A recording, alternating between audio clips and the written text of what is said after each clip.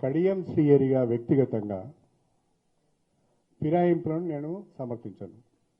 Number 1, Kadiyam శ్రీహరిగా వ్యక్తిగతంగా ఒక సిద్ధాంతానికి కట్టుబడి ఉన్న వ్యక్తిగా, ఒక అంబేద్కరైట్గా ఫిరాయింపులను నేను సమర్థించను.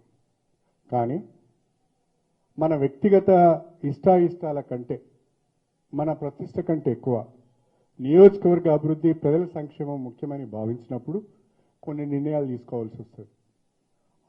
ఆ కోవలోనే నేను నిర్ణయం తీసుకోవడం జరిగింది.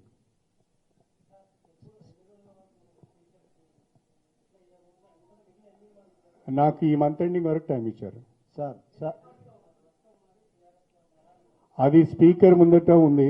Speaker is nothing but A tribunal ముందట ఇష్యూ ఉన్నప్పుడు నేను మాట్లాడడం బాగుండదు. ఏమంటారు? ఏ పార్టీలో? ఇప్పుడు దీంట్లో దాచుకునేది ఏమున్నదండి? మేము పార్టీ ఫిరాయించినామనే సుప్రీంకోర్టుకు వెళ్ళిరి. సుప్రీంకోర్టు ఒక తీర్పు ఇచ్చింది. ఆ తీర్పు ప్రస్తుతం స్పీకర్ గారి జ్యూరిడిక్షన్లో ఉంది. వారు నిర్ణయం తీసుకోవాలి. వారు మాకు నోటీస్ ఇచ్చారు. ఆ నోటీస్కి నేను రిప్లై ఇస్తాను. రిప్లై ఇచ్చిన తర్వాత స్పీకర్ నిర్ణయం ఏది ఉంటే ఆ నిర్ణయానికి కట్టుబడి ఉంటాను.